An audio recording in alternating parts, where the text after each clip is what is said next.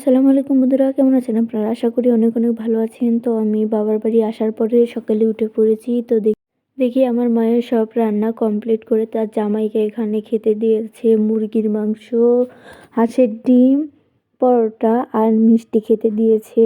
তো এটা সকালের খাবার ছিল। তো খাবার দিয়ে আমি বাইরে এসে দেখি সবাই পিকনিক খাবে, তাই এইদিকে সবজি দিয়ে যেহেতু পিকনিক খাবে তাই সব সবজির জিনিস সবার বাড়ি থেকে তুলে নিয়ে এসে কেটে কুটে রেখেছে। তো এইদিকে ডিম সিদ্ধ দিয়েছে, ডিম আর সবজি দিয়ে যেহেতু পিকনিক করা হবে।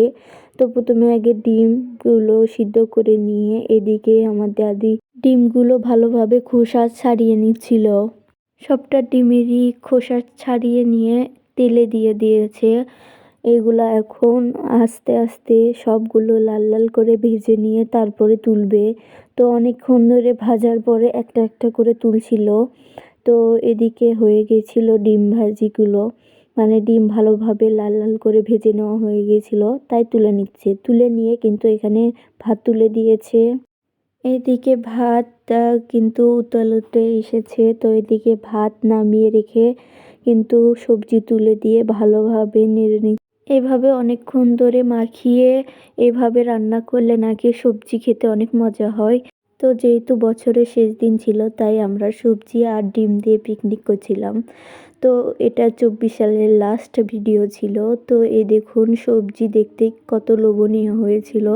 তো এদিকে সবজি রেখে এখন কিন্তু সবজি তেলানি দেওয়া হবে।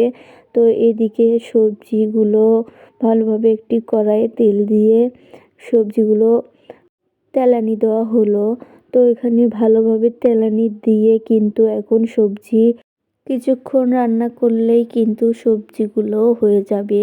তো এদিকে সবগুলোই হয়ে গেছিলো। আর এখানে দেখুন আমার বোন, ছোট বোনেরা আর সবাই পিচ্ছিরা সব বসে পড়েছিল খাওয়ার জন্য।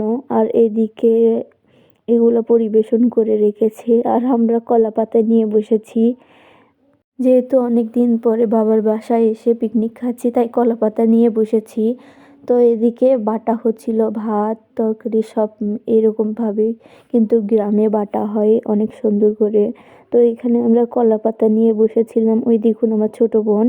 তো এখানে আমরা খেতে বসেছি। তো সবজি আর ডিম দিয়ে আমরা খাচ্ছি। সবজি খেতে অনেক অনেক স্বাদ হয়েছিল, অনেক সুস্বাদু হয়েছিল সবজি খেতে। আর দেখুন এদিকে আমার পাতার উপর কিন্তু ভাত নেই, আমি সব খেয়ে ফেলেছি।